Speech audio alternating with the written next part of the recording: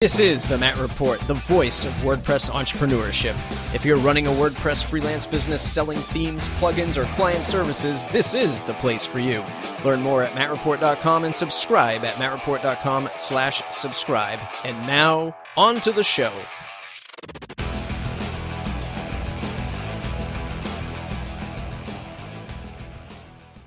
Hey everybody, welcome back to the Matt Report. Today's guest, Dan Faggella, is a high impact, not just because of the sport that he used to be in, but just in his approach to marketing and business, high energy guy who's here to talk to us about how he uses WordPress in his day-to-day to get his businesses running the way he does, right? I mean, he's got probably 40 sites running, making some good recurring revenue across the entire network of sites, and he's going to talk about what it's like to be that end user who loves WordPress because it empowers him to run a business, but he's not a designer or a developer. So it's definitely some good insight, right? We're actually going to talk about, if you're a freelancer out there, or an agency, a smaller agency, how can you work with people like Dan, who are doing well into the 5 figures of monthly recurring revenue, across his WordPress sites to keep him, in tip-top shape, plugins, patches, security, stuff like that, scaling, building out other, pages. How can you, service a client like Dan? You're going to have some ideas, and he's even inviting you to email him at the end, to connect. So if you're looking for an opportunity, there you go. Make sure you tell him I sent you. Other things around the Matt Report, podcast, as always, I'm loving the 5-star reviews that people leave me. If you love the show, it really helps. If you do drop me a 5-star review over on iTunes, it really helps me get found, and find, other people who are interested in learning about running their WordPress business a little bit better. So please do that. And thank you for those who have. I'm also on Stitcher and SoundCloud. Any SoundCloud peeps out there, shoot me an email. Let me know if you listen to us, mattreportblog@gmail.com. And feel free to shoot me an email if there's anything else you want me to do that's a little bit better, or a little bit different. One of the things I am going to be changing up soonish, I hope, is making shows a lot more focused, and a lot quicker, right? So 30 to 40 minutes max instead of, the general 45 to maybe sometimes over an hour, depending on the discussion. A lot of folks said that they needed a little bit shorter, to consume it all, and I am all ears and, happy to do that if that's what the audience wants. How can you support the show? Well, you tell folks to go over to mattreport.com, number one, and tune in for any of the WordPress entrepreneurship business stuff. mattreport.com/subscribe, and to keeping the show ad-free and giving you some value, mattreport.com/join, become a pro member. It's like support for your WordPress business, right? So you have questions on pricing and how to find the right lifestyle with your WordPress business or the right client. You join, you get access to the forum, you ask folks just like you and I who are listening to this, and they'll give you the answer, I'll give you the answer. We have monthly mastermind calls, I have special content that goes there. It's really a good time, and I really do appreciate everybody who can participate there and make the donation. So thanks a lot. And hey, without further ado, let's talk to Dan. Hello, everyone. Welcome back to the Matt Report podcast, the number one WordPress entrepreneur business podcast in the world. Today, joined by Daniel Faggella. Daniel, welcome. Hey, Matt. Great to be here. CEO, founder, godly creator of CLVBoost.com and about 1 billion other WordPress sites on the web. Tell folks, who are you? What do you do? Yeah, man. So I guess you could say I'm a WordPress guy. Really, I just think of myself as an entrepreneur, and WordPress was a conduit to what I needed to do, right? So I didn't really pick WordPress. The game chose me, Matt. That's what happened. But yeah, so I used to run a physical martial arts academy, and had to build a website from WordPress, sort of hacking one together. Didn't have $5,000 to build something fancy, and then turned into an internet marketer. Started building continuity programs in the martial arts space. Still running that business. Had to build a lot of landing pages, a lot of squeeze pages as a non-technical guy. WordPress was the tool I used for a lot of that. And then now we end up doing a lot of consulting with folks that run online businesses. And we work in kind of the continuity revenue space, or people that want to go from email opt-in to phone call. And we basically work on marketing automation, email marketing, and the whole website we have built for that is on WordPress again. So right now I'm in the consulting in the IM world, and I guess you could call me an entrepreneur. Nice. That's an awesome introduction. One thing I want to touch upon real quick that I see a lot of value in, and maybe you can speak to it real quick, is your sort of upbringing or walk of life through Brazilian Jiu-Jitsu and how that's prepared you for the business world, right? Yeah. I always look at it as, you're faced with something that you need to conquer, and that fundamental of being able to compete at that level sort of helps you with that in business and life. And we've had other folks on the show, like Dre Armeda, the former CEO of Sucuri Internet Security Systems. It competes all the time, right? And he's always, posting pictures of competing at tournaments and things like that. But from your point of view, how important is that foundation? Yeah, you're talking about martial arts and sort of the mentality they're in and everything else. I think it certainly is important, Matt. I think it's very easy to be biased as martial artists, maybe, to be like, man, we're so tough and strong. Although I do credit jiu-jitsu with really being one of the first activities I fully devoted my engaged awareness to as a youth.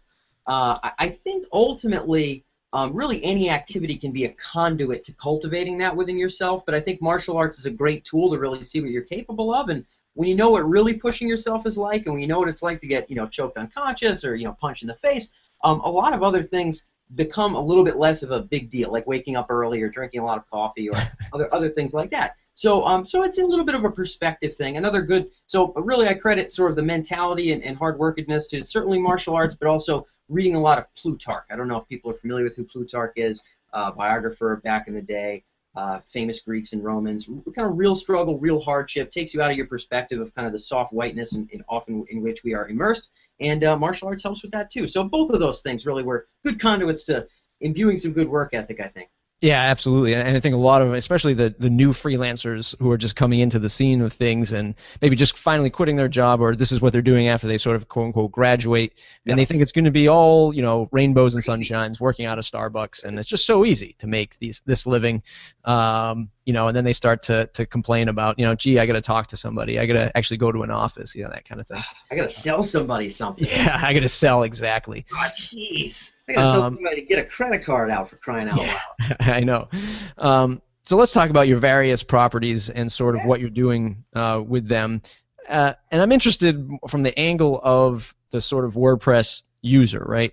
How did you build your first WordPress site, not being the techie guy? And what does it look like today from where it was in the beginning to where it is today? Totally. And Matt, to be frank, I think I'm probably, and maybe this is a bad thing, I think I'm the classic, need end result, force end result guy with WordPress is a great example. So our martial arts websites or the physical gym, really the way I got to WordPress was, I was told that it was easier than other platforms to learn. It wasn't exactly the easiest thing in the universe, but it was I figured out how to cobble something together. And initially, was that a lot of YouTubing and sleepless nights, sort of just patching? Yeah, it was a bunch of that. It was a bunch of YouTube and coffee, really, and then and also OptimizePress. I'm sure you're familiar, kind of an internet marketer style. So I came up with IM folks. I've always paid a lot for coaching since I was 23. I think I've always been paying 4 figures a month to somebody or some group of people for learning. And a lot of those folks early on were IM guys, and that kind of took me into the email marketing consulting world I'm in today. But so they were like, oh man, OptimizePress, it's easy, you put up a squeeze page and blah, blah. So initially it was just making squeezes and sales in OptimizePress. And then as I needed more complex properties, I ended up having to hire folks that could, build something that was a little bit more elaborate, and that was its own sort of a struggle. But I came to WordPress because the mentor said so. All you need is a squeeze and a sales. And for a long time, for years, all my properties, it was either, when you landed on it, it was either a squeeze page or it was a sales page, and that was it. Mm-hmm. And we got to 5 figures a month doing that. Actually not all that bad. And then we eventually had to graduate and build more complex stuff. But it was initially like, pal, you need squeezes and sales, and Optimize the easiest way to do it. Oh, geez, YouTube, coffee, ah. That's sort of what it looked like. That's awesome. Hey, what's not 4 figures a month for coaching and training? If you go to mattreport.com/join, sign up, become part of the membership of the Matt Report Pro community for only a few bucks a month. You can not only support the show, but learn from other WordPress entrepreneurs like us. So thanks for that perfect segue, if only I had that, Daniel. Matt, when I was totally not scripted. If only you were around. Where were you, Matt? Come on, man. Back then. So it was a lot of kind of just YouTube-y stuff. Sure. And you weren't around, so. At what point did I want to take a step back, and Sure. it all sounds so easy, and a lot of folks out there, the real hardcore WordPress developer is looking at you, or they're running right now, falling off the treadmill, saying, no, you're installing way too many plugins. You're going way too fast at this. Oh. You probably had 150 plugins on your site, and they're saying, get a developer to do it right. What was it like when have you started to reach out and build a team? What's it look like now in that regard? Or are you just getting much better with your skill and doing things on your own? I mean, a lot of it, Matt, I mean, one thing that we really struggle with, and I still don't have a great answer, to be frank with you, and maybe there's somebody out there, the average, I know there's a lot of people, especially in people that have a lot of web properties like we did, where security is just such a massive concern, right? WordPress is so hackable, and you have a certain number of sites, and unless every plugin, every plugin and every site, unless I'm mistaken, Matt, you understand WordPress better than me, but I think I've had this explained to me on a number of occasions. Every plugin, every site, at all times, always updated, has to be a human doing it, can't get a machine. I don't have a 24/7, I don't have that guy. So we had to move to DreamHost and Firehost and all these other places. So putting together a team initially was sort of trying to fix a lot of these hodgepodge issues and concerns that we had around security, which ended up just being, biting ourselves in the tail over and over and over until we realized, like, wow, we just need super fancy, expensive hosting. Maybe there's like one magic WordPress plugin I just never used, right? Mm-hmm. But, keeping everything on Bluehost, crash, over and over. So, it was a lot of expensive hosting and migrating sites and that whole procedure and process. So initially it was hiring people for that till we realized we really couldn't bring them on for that. And otherwise, what I paid for in terms of WordPress developers and maybe some of the folks that are tuned into the Matt Report is the construction of slightly fancier sort of themes and formats. So something you can't do in OptimizePress that I kind of wanted to model off of X site or Y site. That's really what I've brought folks on for, is that more funky stuff. Because the little knick-knack, a lot of the time, the knick-knack security things, it was band-aided that really never cut the mustard for us. And so normally it's big projects that I hire for, and otherwise we just say figure it out, and we do it in-house. Sloppy, but... One of the things that, if you probably follow Pat Flynn of Smart Passive Income, for sure. He had one of his, I don't forget how long ago it was now, maybe 6 months to a year ago, but same thing where he was sort of building this stuff out, obviously doing really well and making some good chunk of change online, and then his site was hacked and it went down, and it was down for like 2 weeks or something to that effect, and he lost upwards of like $20,000 in revenue. At what point do you turn and say, you know what, I should put this plan in place, and maybe it's just one of those things where it hasn't happened to you yet, so you haven't really been convinced, but any thoughts to sort of that side of the game? Like, if you're doing X amount of revenue, what are you doing to protect yourself now besides a better host? Are you using things like Sucuri? Are you using a backup service? What plugins or methods do you have in place for that disaster recovery? Not all that well, Matt, to be frank with you. With Firehost, from what I know, hopefully is going to cut the mustard for us for a little bit. But, one thing I never got, and again, shucks, these are the people that tune into your show, right? So maybe they're the guys that could be like, hey, Dan, you're a dummy. Here's what you need to do. There's so many plugins, it's borderline ridiculous, but, what is the regimen? So I got, 40 sites. How many Sucuris do I put on what sites? And then who goes into it, and then when there's 80 notifications in Sucuri or whatever. So, do we pay attention to the bright green ones but not the light orange ones that blink, and then there's the ones that are red and they have a line through them, and then we have to, like, what do you do?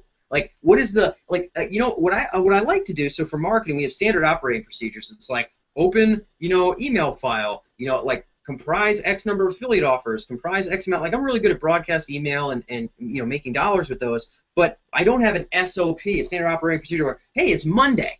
Somebody opts into Sucuri on 40 freaking websites, and all the bright green things, they do these stuff, and then anything that's red that they can't make go away, they submit to this guy, and then he has to fix, like, I don't have that. So there's a cool plugin, whiz bang, but it seems like it's going to take me as long to learn Sucuri, at least intuitively, right? I've learned so many of these things, like OptimizePress and Instabuilder and Infusionsoft, Marketo, so many different software. It's like, it's one of 50 things I need to learn. It doesn't seem like the biggest thing for Rev, what's the SOP? So for me, security-wise, man, it was always tough to find what that regimen is, and hopefully somebody will have a link. But besides the heavy hosting and then focusing on what makes the dollars, man, never turned into a system really. Right. One of the things that that I'm always looking to, because I'm in the sort of the internet marketing space, or that's sort of where I came up, at least in the podcasting world, listening to people, listening to how they ran their businesses, things like that. I'm always interested to figure out how folks can work with other internet marketers. So if somebody's listening to this podcast right now and they're thinking, boy, I got this great thing for Dan, or I can approach Dan with this, what would it be in that WordPress developer or consultant that would sort of make you say, you know what, you're right, I'm going to work with you? Would it be them coming in and just being a consultant and giving you a regimented plan? Would it be like an audit? What do you think it would be to kind of tip the scale to hire somebody? Security-wise, in terms of hiring somebody, I think it'd be, and again, this is just fodder for, and I'm down to pay people. I'm definitely not I'm always paying somebody for, every month there's 40 sites, somebody's building this, somebody's building it. So it's, I'm not against that. But in terms of security, what I would pull out a card for, yeah, sure. I mean, I think it might be, hey, here's your sites, here's some aggregate way to monitor them, here's some way to figure out what's down and when. Here's like maybe a dashboard of what ones need to be updated, and then maybe some kind of an Odesker checklist, and maybe they have their stable of Odeskers that are really good at this. And hey, if you pay me X, I'll have my Odesker go through all this, and they'll send you a report every week. And at the same time, we'll also notify you of bigger, potential concerns and yada yada yada. So I don't know if it's Odesk, and maybe it could be another tool or what have you, but some kind of, here's how to look at all your sites, your 40 of them, so that some kid getting paid $15 an hour ain't logging into each one of them on Monday and taking up a whole day and burning 100 bills, because that ain't happening, man. I gotta send emails and make dollars, period. Right. So something along those lines of monitoring and engaging of what's down, what's infested, what's this and that, and then what's being updated. If there was if there was a dashboard to log into, and if it was a once a weekable thing, and somebody was notifying me, I'd be willing to pay every month for that 8 days a week. 8 days a week. There you go, everybody. I mean, if I haven't done anything for you, it's just I've created a new job. So somebody get in touch with Dan and reach out to him, and maybe you have a solution for this. Yeah. Somebody hit me up. All right, I'll pay you, for crying out loud. I want to talk about that real quick, because Yeah. you mentioned Odesk. Is that your primary source, and what's your luck with that, with using that platform? So as an entrepreneur, I've used a lot of these different sites. Again, as a non-technical guy, as a marketing and sales guy here, messing around on the old Netscape. I need people to do the techie stuff. So Odesk is nice. What we've used, and this is for little knick-knack shebangs, but little WordPress problems such as certain images aren't loading, or fonts are funky, or something's unaligned. There's people on Fivrr you can pay $5 for a WordPress fix or something, and I've had like 95% success rates with little knick-knack things. And then say, hey, tell me what's wrong and tell me how to prevent it. Oh, well, you have this plugin from like 1996, and honestly, it looks like you're not even using it, but it's preventing all these blah, blah, blah, blah, blah, and there's some CSS. Okay, cool, delete the thing. And then, figure that out. So Fivrr actually has been very helpful for the knick-knack little plug-away stuff that's not project level. I'm not hiring a freaking consultancy in Boston to do that work. I'm hiring some guy in Uzbekistan that can speak enough English to get it, and who can fix a little WordPress problem. And there's a lot of those guys with 400 5-star reviews. Mm-hmm. And you really, and they actually do a good job. So Fivrr actually is frequented relatively often when we come up with knick-knack problems that seem to be something we can't just figure out through combing plugins and combing settings. Like, pop it to Fivrr. And those guys actually normally do quite a good job. Issue is we have to change our passwords all the time because we get a little paranoid because you have 40 websites. Somebody gets into one of them, you're in trouble. So, that would be the security dashboard come in really handy. So Fivrr's been handy for that kind of work. Now, for slightly bigger projects, like, we have a guy that does CSS for membership sites and other things like that. That is Odesk. Odesk is often where we'll find those folks. And a lot of the time, we'll do interviews. We have someone else on support, email support from Odesk. And, I like the screenshots. It makes me feel a little bit better. And then also, We'll often interview them on Skype if it's going to be a longer-term project. We'll like connect with them. We'll talk to them on a weekly. We'll make it a real thing. So it's not just some kind of skulky man, and we're like a random business. Right. So I think that there is that risk with Odesk, but yes, I frequent them often. And then for slightly more advanced projects, like let's say having something custom coded or what have you, then I'll check out the Elances of the world. But normally it goes Fivrr, Odesk, Elance for outsource type projects. Okay, for those of you who haven't thrown your iPod across the gym after Daniel recommended Fivrr, we'll continue on and we will talk about the sort of the elevated consultant and go to the Odesk and Elance, because I am interested to hear about your success rate with that. And for those that don't know, Odesk, when Dan mentioned the screenshots, it's actually screenshotting their activity in whatever browser or application they might be using. So that the person hiring them can kind of see that, and that is really cool. Well, let's talk about real quick the barrier of communication with outsourcing to the Odesks and Elances of the world. Makes it sound like Elance, you're finding a higher quality developer in that website. Is that true? Yeah, I think in general, right? If I'm gonna look at the aggregate of the Elancers and the aggregate of the Odeskers, and I think it's even sort of positioned that way. I mean, Odesk doesn't call themselves, the scummy bucket of the, and they're not necessarily, but I think Elance has some more sort of pristine stuff. There maybe more. There's agencies all over the United States that have, $200 an hour Elanceable things, while Odesk wouldn't necessarily be a fit for them. So if we're looking for something a little bit more pristine, maybe just very, very refined graphics, and we're just willing to pay, and we just want to find a guy who's a total killer, then sometimes we'll hit up Elance. So the way that my mind references, again, maybe this is useful for the people that sell these kind of services, the way my mind references Elance is slightly more advanced. I like to see resumes, I like to see reviews, and when I'm willing to pay for a little bit more, I'll usually go to them. Odesk is sort of lower level task, at least in my opinion.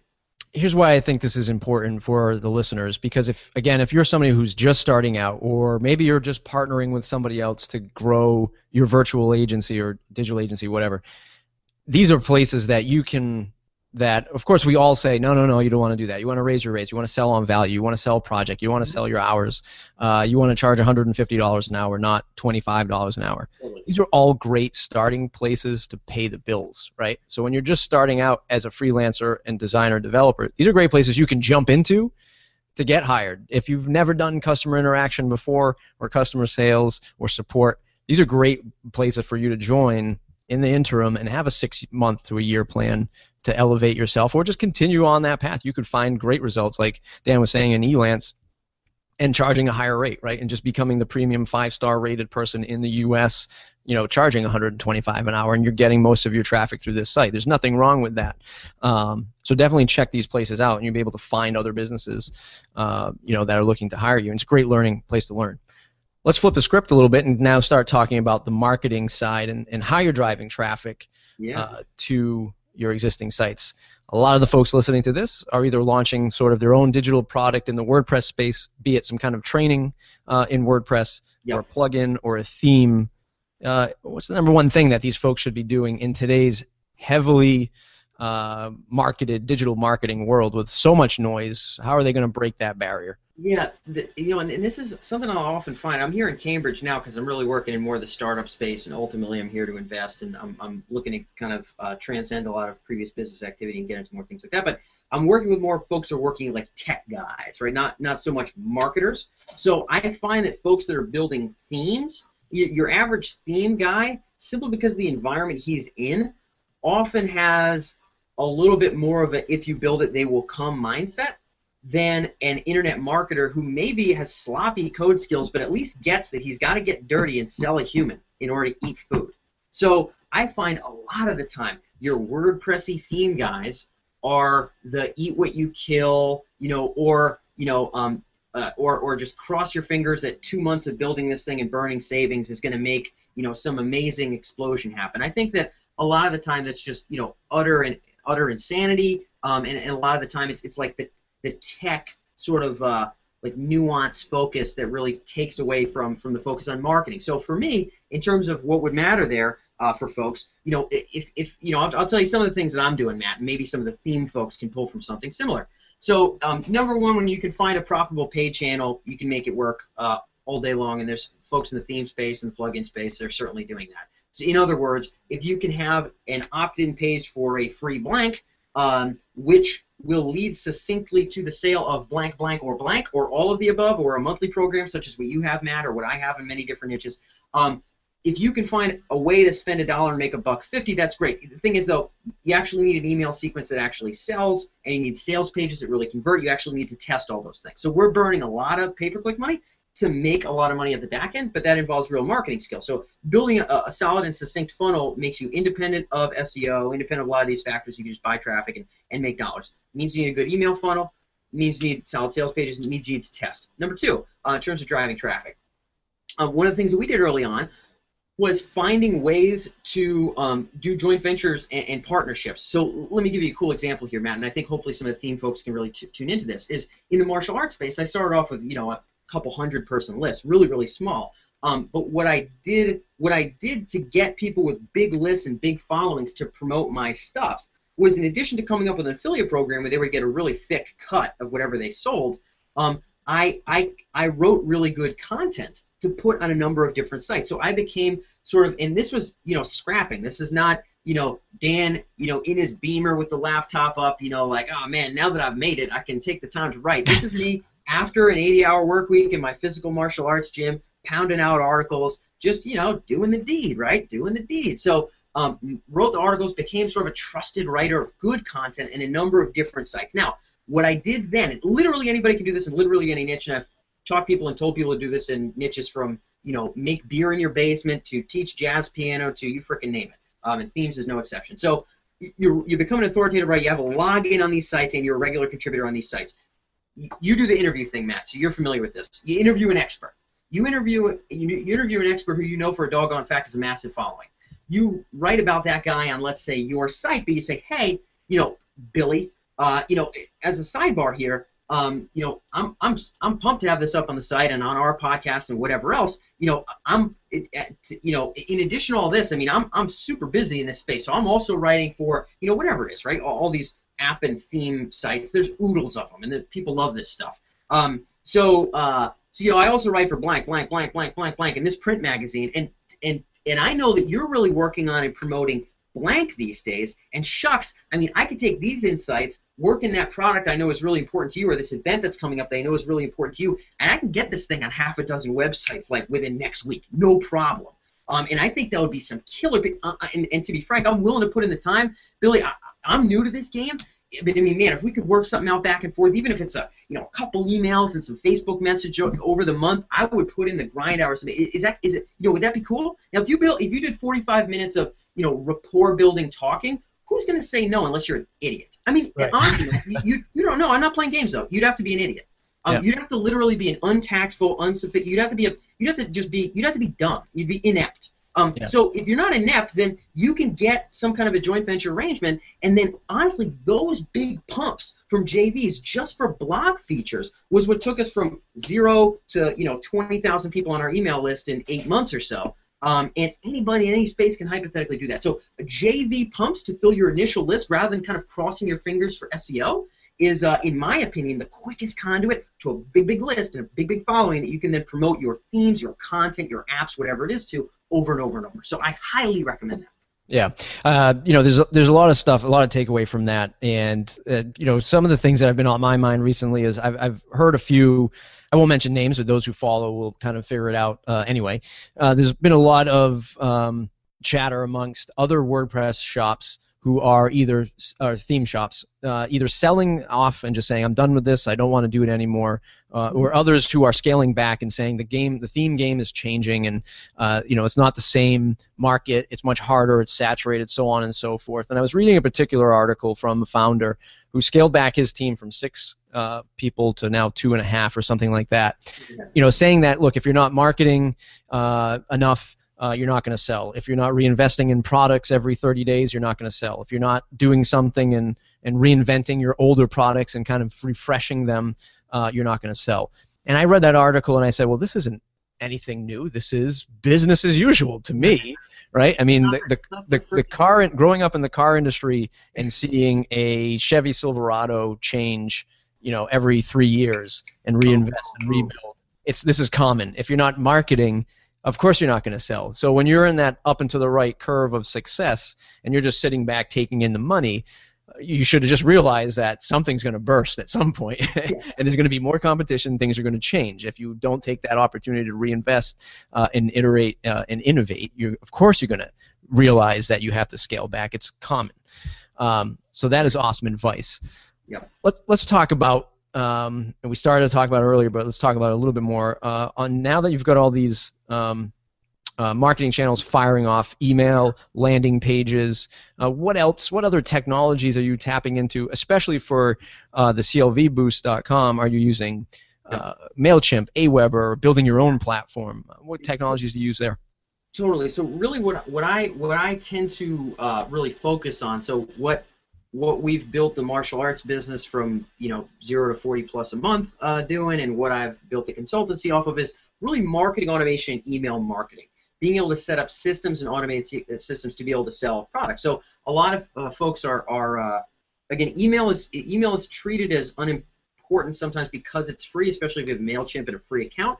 But email can be a massively high ROI tool for literally anybody out there. So in terms of tools, I happen to prefer Infusionsoft. Rather expensive for your average knick-knack freelance guy who just out of his mom's basement. But Aweber will cut the mustard. Getresponse will cut the mustard. I think Mailchimp is actually perfectly fine. The reason I don't like it for newbies is because support is very difficult because it's only through chat.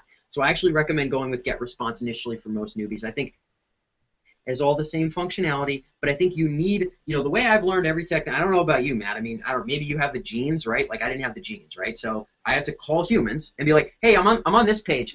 So how do I make this happen automatically again? Okay, no, don't explain it. I'm going to the next one. Okay, so now what do I do on this page? And then I do that 50 times. Now, unless you can do that, I don't think you can really learn software. Period. So I recommend Getresponse, not Mailchimp. A small recommendation. I have nothing against Mailchimp; they're nice. But automated sequences for anybody who's selling, let's say, your average folks out there, Matt. I know you have freelancers who do kind of project level jobs. Is it mostly theme folks? I want to make sure I'm using the example that's helpful for everyone. So it's a healthy mix. It's either freelancers who are doing development and design, small agency owners. Yeah.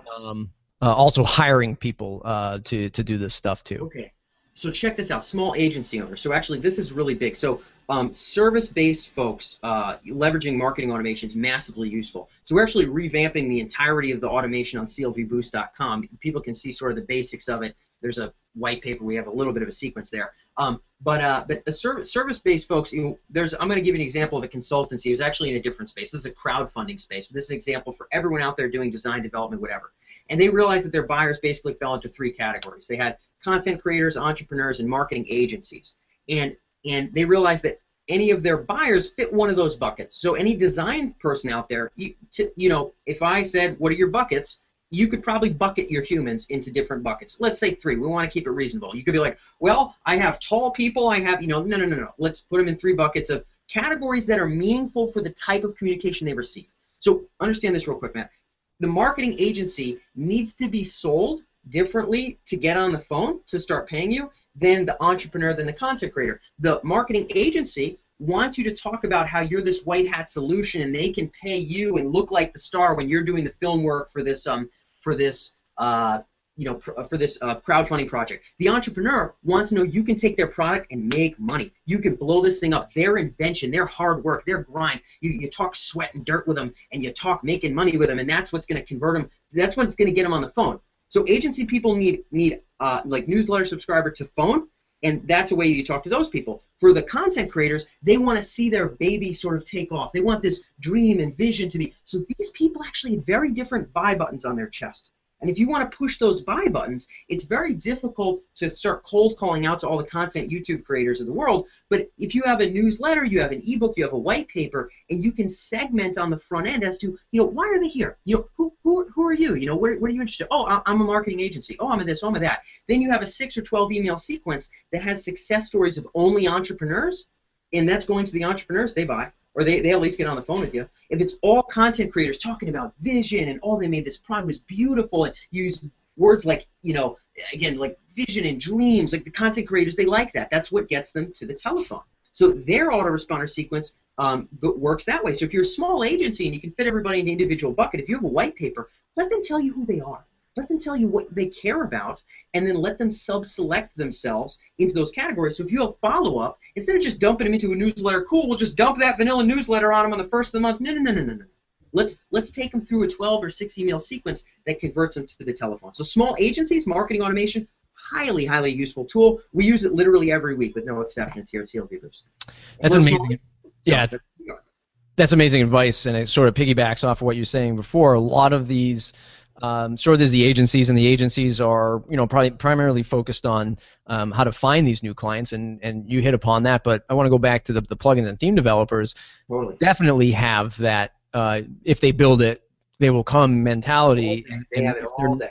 Right. If they're not looking at it like, who are my clients, profiling my clients, putting them into buckets, marketing to them, is this the right solution for them, and putting them into that path, they will be writing a blog post in a year saying that they're pulling out of the theme business. Totally. Obviously, you are the number one email marketing consultancy in the world, but who are you looking to go after? Who is your competition? I know locally we're both in the Boston area. HubSpot, I run into HubSpot all the time. Totally. Is that a competitor to you? Not at all. Not at all. Who is your competitor? Who are you going after? Yeah, so HubSpot I don't think is really a competitor, because HubSpot, so here's how HubSpot works. So HubSpot makes the software. We are software agnostic, and we just talk about how to make dollars with the software. So we're a strategic email marketing consultancy. They'll say, great, hey, you're paying for constant contact every month. That's fantastic. Let's focus on, human opts in, how many dollars come out, what's the 60-day customer lifetime value, our value prop is CLV Boost, the name of the consultancy, so you can tell we focus on customer lifetime value. Per human who opts in, what is the money that hits the bank account? Now, your marketing automation is the black box. They enter one end and they come out the other. What is happening in here, automated, no thinking, no working, that can be constructed, that can be kind of built in an architecture type way, whether it's in HubSpot, Marketo, Infusionsoft, I don't care what software you have, so that money comes out the other end. HubSpot does not get paid off of how much money you get paid through HubSpot's platform. HubSpot has a guy who does you ever seen like the Jersey fist pump? So HubSpot has a guy that does a fist pump every month when you pay every month. They go like, yes. Yeah, and he's usually a sales guy because that's committed. He's like, yes.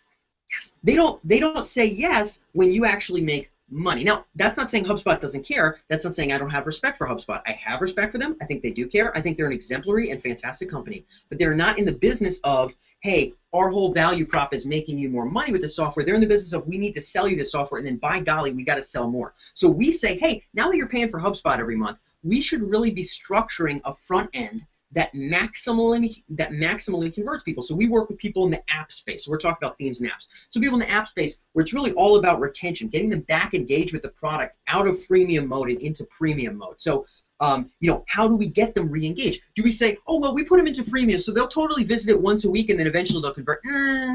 I think we need a sequence that dumps them back into the deal and shows them the functionality. And we have video testimonials, and we have walkthroughs and all that stuff. And we can split test different sequences to make sure they enter to the point where we can get them from freemium to premium. So we work with businesses that need that. They're like, conversion from freemium to premium is like the #1 conduit to their bank account and them feeding their kids. So that's one thing that we'll do. Folks in the agency and consultancy world, it's newsletter or white paper to getting them on the phone, because on the phone is where we're ultimately going to sell them. So okay, well, what's the percentage of the people we're getting on the phone now?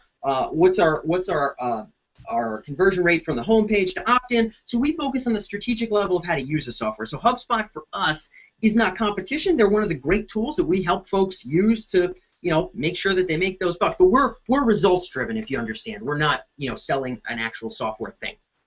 That's awesome. I already feel like a millionaire, and haven't even launched anything yet after this this conversation. I got 2 questions because we're running out of time. Okay. What can WordPress do better for you and your business? No questions asked, Matt. For me, making security simpler for a non-technical person. I mean, I don't know what else to say. I mean, WordPress, where's the dashboard? I have 50 sites. 50 WordPress. Give me a dashboard. What is down right now? I don't like it when I find out during a launch, I've been dumping pay-per-click to this page for X amount of time, and now all of a sudden, wait, what happened to that? Oh my, what? Like that happens so often when you have 50 pages and we have different hosting accounts and all that. Unifying and understanding and visualizing security and then managing it properly, whether it's recommendations for who can fix it, whether it's a plugin or some sort of an update that actually does the job of security, I don't know. All I know is the biggest ongoing struggle week to week for us is managing the security on all those pages. I think WordPress could and should and somehow must make security easier to manage for people that own more than one darn website. Have you had a security issue or an outage recently? Yes. We had one of our martial arts websites that went down not all that long ago, and honestly, we've had a number of sites go down on all separate different occasions, and it's always a crazy wild struggle. But yeah, I mean, it was literally a week and a half ago we had one of our major martial arts membership sites tank all the way out. Had to get it fixed. Long process. Last question. What's the one step forward that a freelancer or a small agency can take, not to marketing as a whole, because that's a huge thing, and it's usually just get started, just start doing it. No, it's I want to talk about what's the one step they can do to start putting their first bucket together, to first understanding that first vertical or bucket of clients. What can they do to start that today? Got it. One thing, Matt, that for me is really important is that they at least have a CRM of some kind and some way to manage the send of email, and that they have some way to re-engage past clients. So you're talking to a lot of agency folks. A lot of the time, this is eat what you kill. The benefit here is if you have let's not even talk about the segments of the bucket. Let's talk about categories like, let's say, prospect, current, and then past customer. I don't even, maybe I don't know their age, I don't even know what industry they're in, but if I know they paid me once, there needs to be a tailored way and a specific way of talking to them, which is sort of a re-upping and re-engaging methodology. Because when you're 3 years deep in your consultancy, you should not be in eat what you kill mode anymore. You should be farming. You should have a big pond with a bunch of ducks in it. You should just be able to go out and then however many ducks you want, and then you take them home. You shouldn't be out hunting with your dog anymore. So the idea for agency owners, and we're in this game in CLV Boost, and a number of the folks that are in the service business, keep a CRM, and if you have a newsletter, have a prospect version, have a past customer version. All the people that click the offer in the past customer version, call them right up. Hey, Bill, it's been 6 months. Man, I saw you saw the video that we recently did on, on creating pop-ups or whatever. How's everything going with blah blah blah URL? And re-engage constantly. So if you're going to do any bucketing, never mind your industry. Let's talk to the people who've paid you money before, and let's keep great relationships. Because an agency, as you know, Matt, it's really a relationship business. And if you have a CRM and email marketing that can tailor to that, then you have that duck pond you can always go back and hunt to. And in terms of raw survival, I think that's an important tip for any agency out there. Yeah, I think it is absolutely the most important, because you fought and battled to get those clients and have them trust in you to pay you some dollars, and 2, 3, 4 years out, you should be reaching back to them to see what else they need, what else you can do to help them out. So that's awesome advice. No more spear. That's correct. Hey, we're running out of time, but do you have time for the lightning round?